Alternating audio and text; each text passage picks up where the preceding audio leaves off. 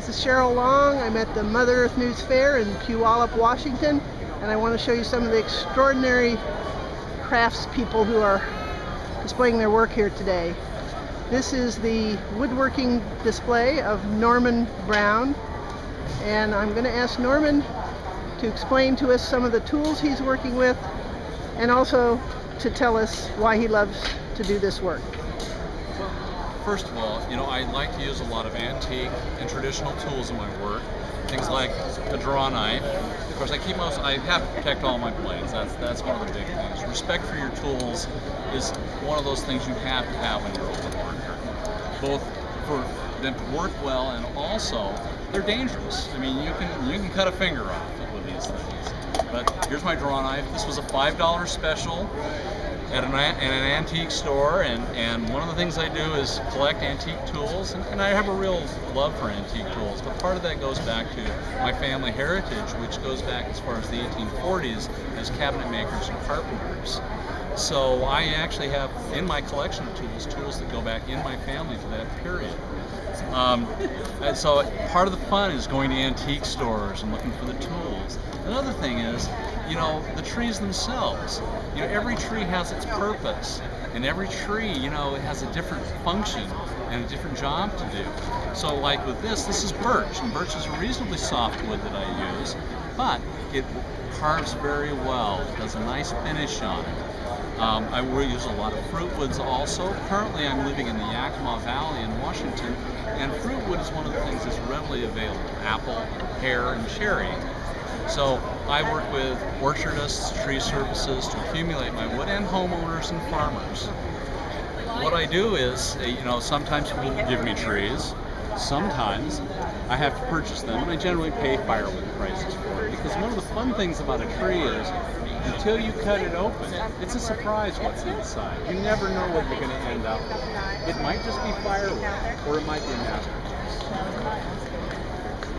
What is the stool you're sitting on here? This is a shaving horse, and this is based on the plans and the book of Roy Underhill, the Woodwright, who's on PBS and has been for many years. How's it work? Another North Carolina woodworker named Drew Langster. It's a modification on this, and I built this in about what was it? It was 1986 is when I built this. It's lodgepole pine, which was gleaned from slash piles in the Cascades, and then the head is Oregon ash because you need a harder wood up here. So show us how it works. It is a foot-operated device. You apply pressure here, and it holds your work, and then you can use your draw knife or your Spokeshave to do your cuts.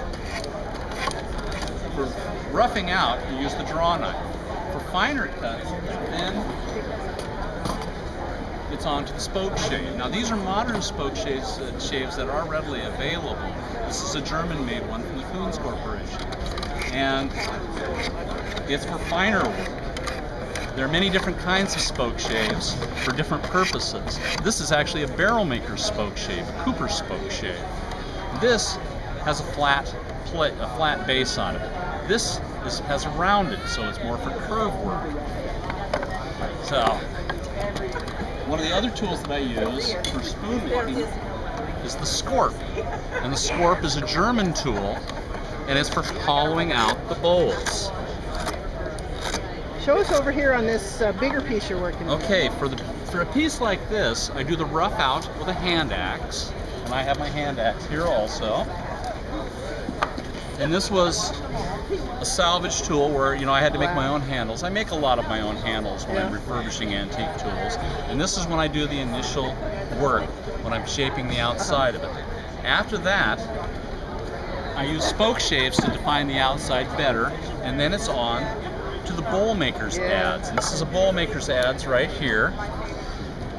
And that is just, it's a matter of working your way down.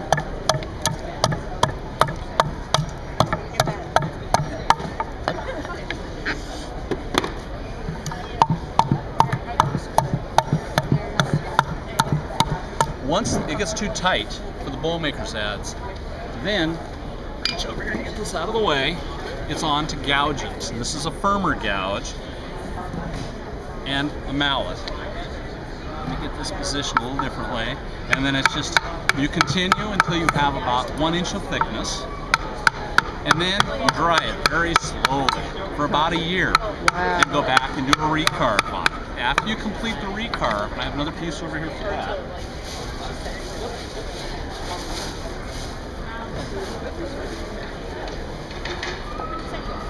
And this is a cherry bolt that's quite a bit further along. You use a scraper. Now this scraper was made from an old handsaw where I snapped it, formed it into the proper curve, and then developed an edge along here for cutting. And it just, and you can actually see the just tiny microscopic flakes that are coming off of here in shaving.